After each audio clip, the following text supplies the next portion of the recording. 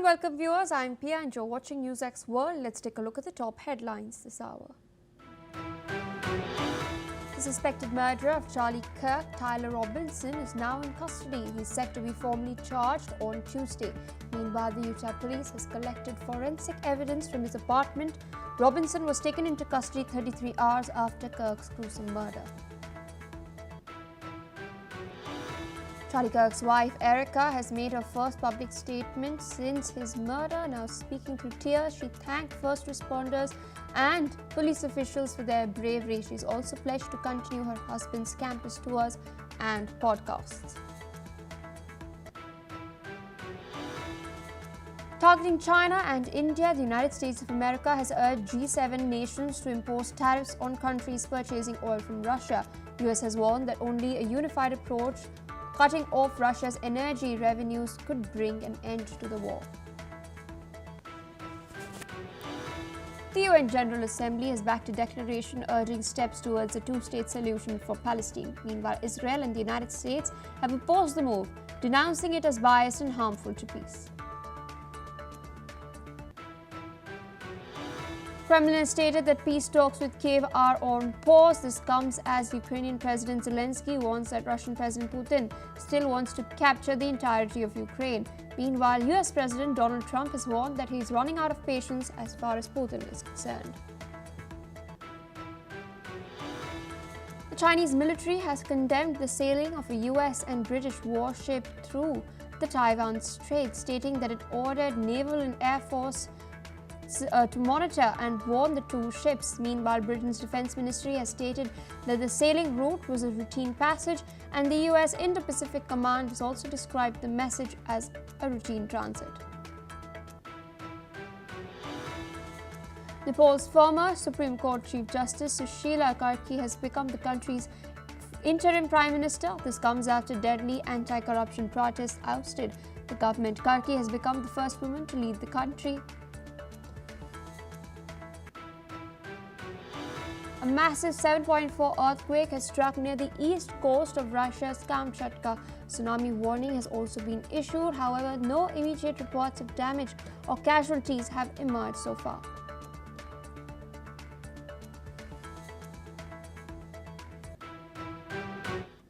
Well, viewers, those are the headlines and our top focus. Qatar's Prime Minister Sheikh Mohammed bin Abdulrahman Al Thani has met with US President Donald Trump in New York. This comes 2 days after an Israeli airstrike in Doha killed several Hamas officials and a Qatari security officer as well. The attack, which targeted a Hamas political meeting, has been widely condemned and now threatens derailment of US-backed efforts to secure a ceasefire in Gaza.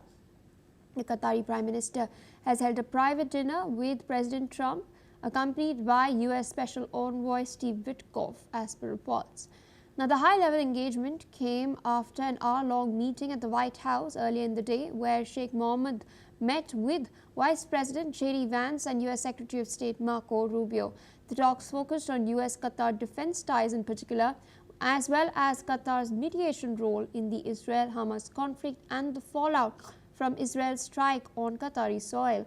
Now, President Trump has expressed clear frustration over the Israeli operation, which he called unilateral action that jeopardizes both US and Israeli interests. Listen in to what acting US Ambassador to the United Nations, Dorothy Shea, has said.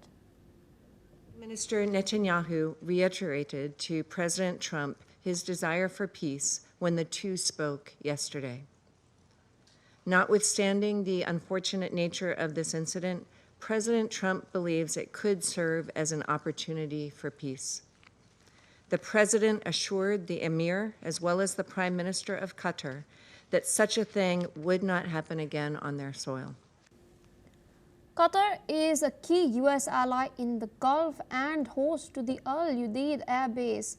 It has been leading efforts to broker a ceasefire in Gaza, as well as secure the release of Israeli hostages and help develop a post-war roadmap for the territory.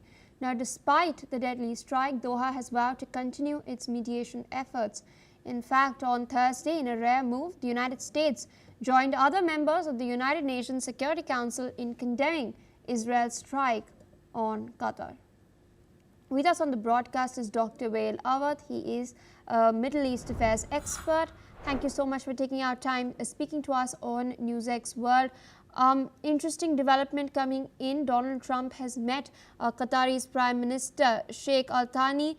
He also met with US Vice President J.D. Vance and Secretary of State Marco Rubio. Initially, we saw that Israel had notified the Trump administration, but Trump has come out and stated that it was a unilateral decision. That's not all. In a very rare move, the United States of America also condemned Israel's strikes against Qatar. Qatar has now stated that despite everything, it is still continuing with the mediation effort. It's pointed to the fact that it does not have any diplomatic ties with Israel, but despite that, it is continuing with the mediation effort to ensure that peace prevails.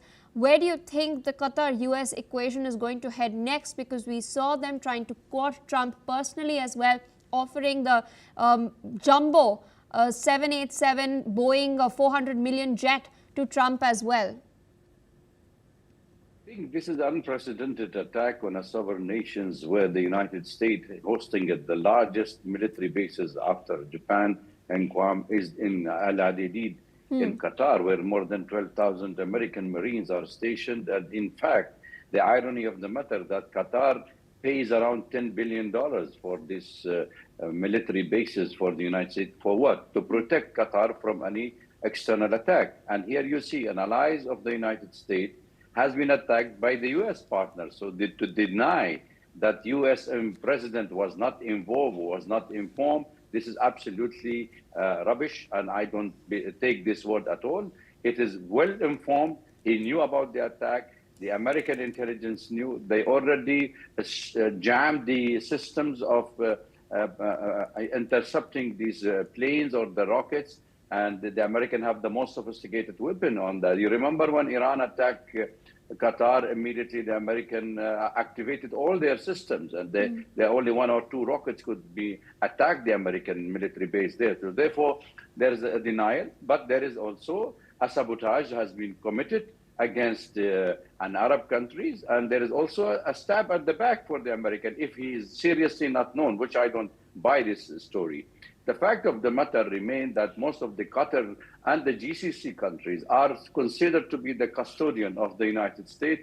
So any defense, collective defense measures are taken by these two countries to protect it from any sort of an attack from an external forces. So what is the American doing? America did not condemn the attack. America felt sorry about the attack, but they have never condemned. However, let us remember also that the American are the one who asked the Qataris to host Hamas leaders inside Doha with the approval of the Israelis in 2011. So therefore, they opened for them an office, and they have been in touch with the American, with the Israelis intelligence, who have traveled to Doha to discuss the release of the hostages. And during those negotiations, they were able to reach to an agreement, and they have released 2/3 of the hostages, and still there are remaining. So to go on attack, it's just a clear indication that Netanyahu has given up on the prisoners and with Hamas, and also he has already declared them dead. So therefore, he wanted to finish Hamas inside and outside.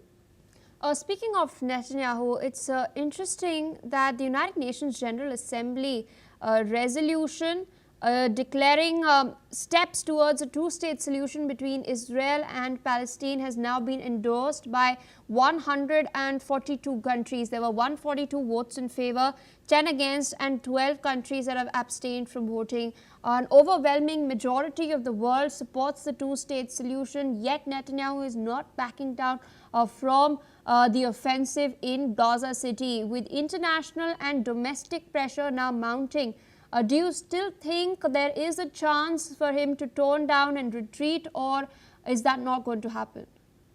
I think the enhancing steps by Netanyahu government to demolish Gaza Strip and to annihilate the West Bank, where he is already the settlers are attacking the Palestinian living there where Hamas has nothing to do with it, and increasing the settlement and encroachment in the territories, and now going to declare it under the Israelis, a custodian, and it's an Israeli territory, no more a Palestinian. It's a clear indication that Netanyahu is not a man of peace, actually. Even in 1992, when we went to Madrid conference and there was a discussion among the Israelis and the Arab partners. In fact, we reached to the agreement between Israel and the Palestinian Authority, where he has torn that Warsaw Agreement and throw it in the dustbin, and they said there will be no two-state solution, there will be no Palestinian state.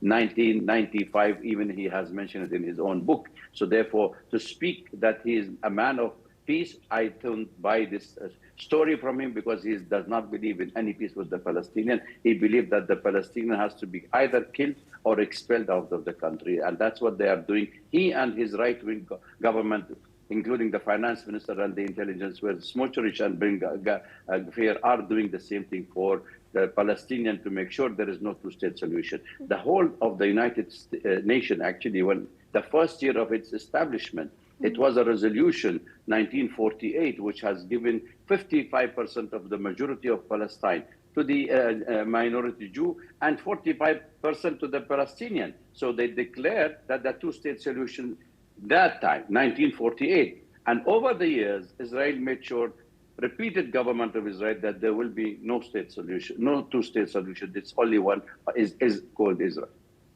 All right, Dr. Awad, with that, I would like to thank you for taking our time speaking to us on NewsX World. Meanwhile, viewers, shifting focus to more news coming in, we're now learning that the United States is pushing G7 countries to impose tariffs on countries purchasing Russian oil. He singled out China and India as key enablers of Moscow's war with Ukraine. Now, during a call with G7 finance ministers, U.S. Treasury Secretary Scott Bessent and Trade Representative Jamieson Greer presented allies to match Washington's tariff measures, warning that only a unified approach cutting off Russia's energy revenues could bring an end to the war. Now, the virtual talks were chaired by Canadian Finance Minister François-Philippe Champagne. It focused on fresh sanctions, trade measures, and the possible use of frozen Russian assets to support Ukrainian defense measures. With us on the broadcast is Mr. Andrew K.P. Leung. He's a strategist focusing on economics and politics, geopolitics as far as China is concerned. He's joining us from Hong Kong. Thank you for taking our time speaking to us on NewsX World. Interesting appeal being made by the United States of America to G7 nations. They have slapped 50% tariffs against India. Similar such action has not been seen as far as China is concerned when it comes to the procurement of Russian oil. But despite all of that, we do know that European nations specifically are energy hungry and dependent on the cheap Russian oil that is rerouted through India and China. So in this context, do you think the EU nations will really, the G7 nations of Europe will really follow what Trump is saying? I think that we have to unpack the various dynamics involved in this situation. Firstly, President Trump wants to end the war as quickly as possible, even not on terms entirely favorable to Ukraine or to European allies. He just wants to end the war, strike a deal with President Putin personally, even behind the backs of the European allies. But Putin is now pushing the envelope because he's reasonably gaining some ground. So he wants to maximize his gains as far as possible before the real negotiation starts. Now, Trump is getting a little bit more impatient because he's bogged down in Ukraine for a long time. He doesn't want to spend American blood and treasure on Ukraine, not even selling weapons, because he wants to focus his attention to the Asia Pacific, but it's also bogged down over Gaza, and he wants to win the Nobel Peace Prize regardless. So all this rhetoric translates into pressuring the European Union countries to sanction secondary sanctions, as it were, on countries buying Russian oil, so that Russia is starved of its financial revenue, and thereby hastening a ceasefire. Now, of course, there are the Europeans are ceasing to buy Russian oil, but Russia has all the way been selling the oil to countries like, of course, China, long-time buyer of Russian oil, well before the Ukraine conflict. And because Russia is the world's biggest oil and energy exporter, and China is the world's biggest customer by far. And also India, after the commencement of the Ukraine war, India also, because of its multi-faceted policy, not trying to be bound by the relationship with any country. And so it's taking advantage of the situation to buy Russian oil on the cheap, and then possibly selling some of the oil to European allies. Or other countries. So these are the dynamics. But on the other hand, Trump wants to pressurize Putin to come to the negotiation table. So he's trying to invoke the secondary sanctions. Now, first war on India, and he's imposing something like 50% tariffs on India, with a view to pressurizing New Delhi to really seize any kind of relationship with Russia. But you can see that Prime Minister Modi attending the recent Shanghai Cooperation Summit in Beijing. There was a great rapport with the Russian President Putin, and thereby showcasing India's resolve against American coercion and unilateralism. So these are some of the dynamics involved. Now, why is that the United States seems to be going a little bit easy on Beijing and going harder on New Delhi? Is because Beijing has got a stranglehold, a unique stranglehold amongst all the countries around across the globe. The unique stranglehold on Americans' Achilles heel, which is the rare earths, and China controls the vast majority of the production processes on some key rare earths that find its use in mobile phones, but also in advanced military hardware like F-35 fighters. And there are 7 of these rare earth elements involved, and China controls something like 99.9% of the world production. No other countries is in that unique position. And that's why Trump has been very, very careful with China and less careful with India. And that's what's happening now. How do you read into the recent actions by the Trump administration? They're, of course, calling for sanctions against Russia, even as Trump is meeting Putin himself in Alaska. He's mooting another meeting as well. But the U.S. Has been reliant on Russia as far as fertilizers are concerned. And recently, in fact, the United States has imposed chicken eggs after decades, that too. Well, there's a kind of a euphemism in the United States called PACO. PACO means from always chickens out. Of course, this is a kind of ridicule. But in the sense that Trump, of course, plays about power, it maximizes the use of American power, which is, of course, very great. And he uses coercion against most of the countries, including European unions and of course, the lesser countries in the global south, but not so much against China and to a certain extent, even India, because both China and India are ancient civilizations. The countries go back thousands of years, and they have their history supports a kind of nationalism, which see the countries as once the greatest powers around the globe, well before the United States even existed, or the European allies existed. And then after all, and they have both have the largest population on Earth. So both countries account for something like 40% of the world population. And China is the second largest economy in the world, and India is also the fourth largest economy and soon to become the third.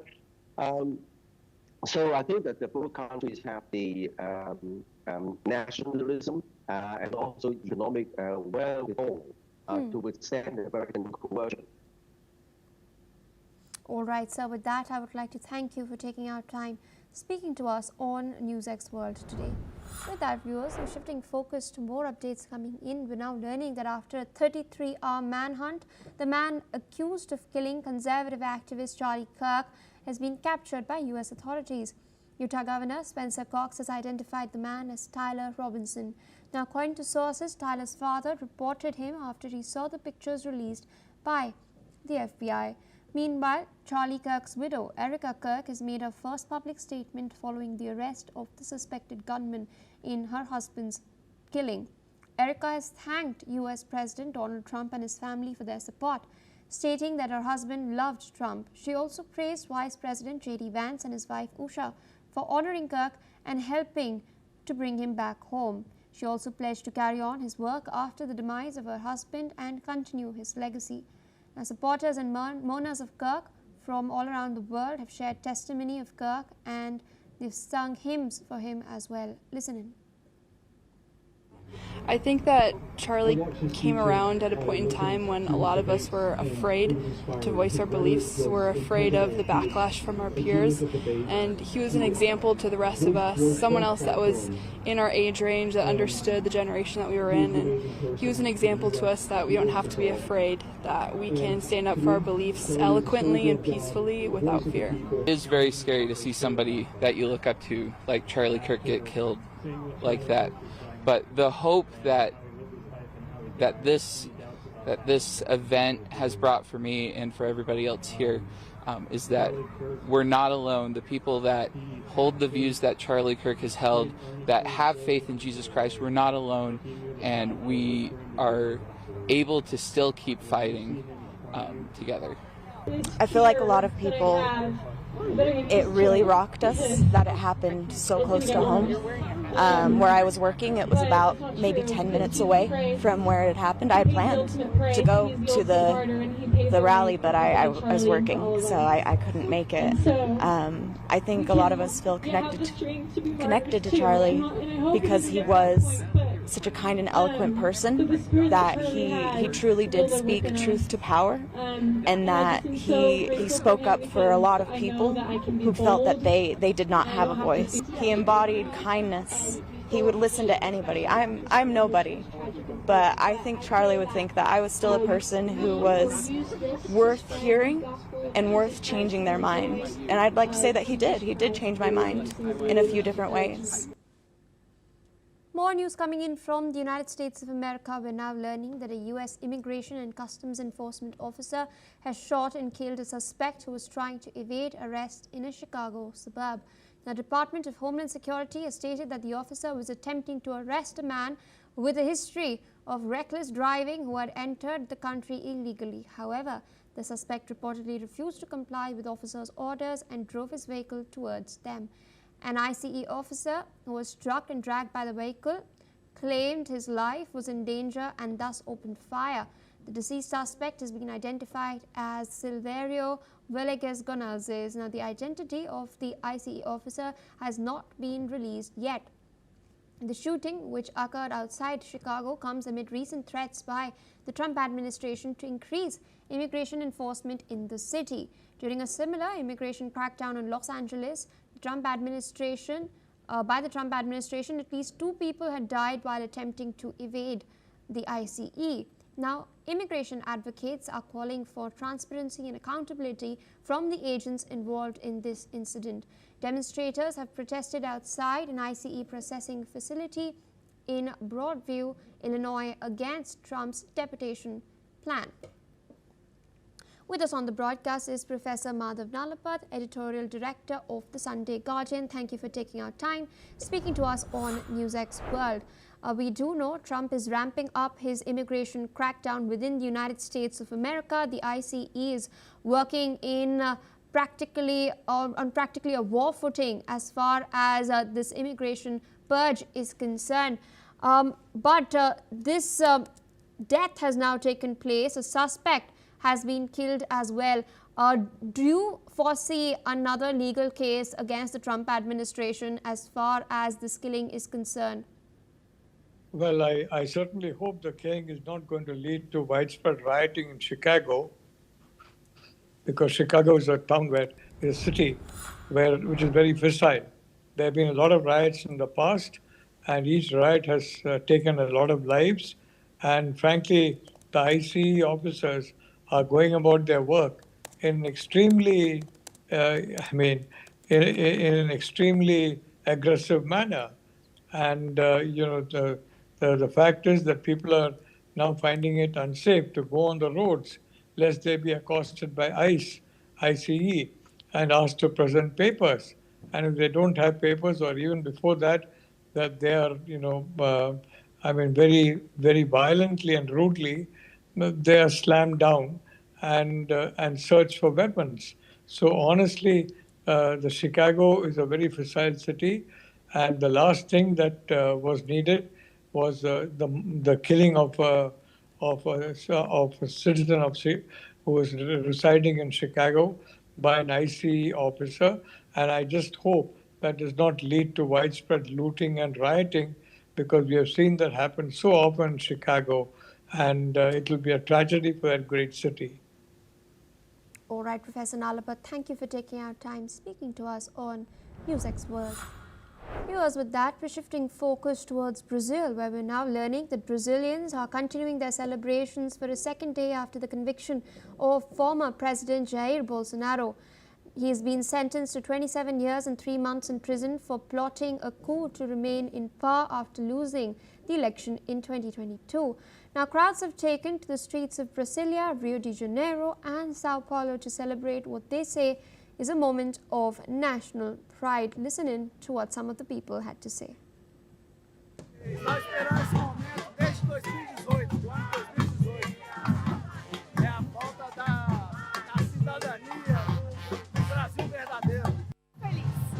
Depois desse tempo todo de sufoco, de tristeza, a gente tem que comemorar demais. Bolsonaro will only start serving time in prison once the court publishes its final ruling, which is expected to take over a month. Meanwhile, he remains under house arrest. Now, amidst the celebrations, some have also recalled Bolsonaro's actions during the COVID-19 pandemic. Here is what they've said. Enfim, o povo brasileiro merece a condenação de Jair Bolsonaro. Ele fez muita coisa frente ao nosso povo. Ele ainda vai ser condenado por outros delitos, como, por exemplo, as 700 mil mortes pelo atraso da vacina contra a Covid. Pelo menos 400 mil pessoas poderiam ter sido evitado as mortes dessas pessoas. Porque eu também sofri na pele a perda de pessoas, por uma irresponsabilidade que tratou vidas com pouco número descartados. Então, a justiça foi feita. É um marco histórico que nunca mais sejamos silenciados por esse governo. Well, viewers, due to paucity of time, this is all we have for this bulletin. More news and updates on the other side. Stay tuned on NewsX World as we slip into a quick short break.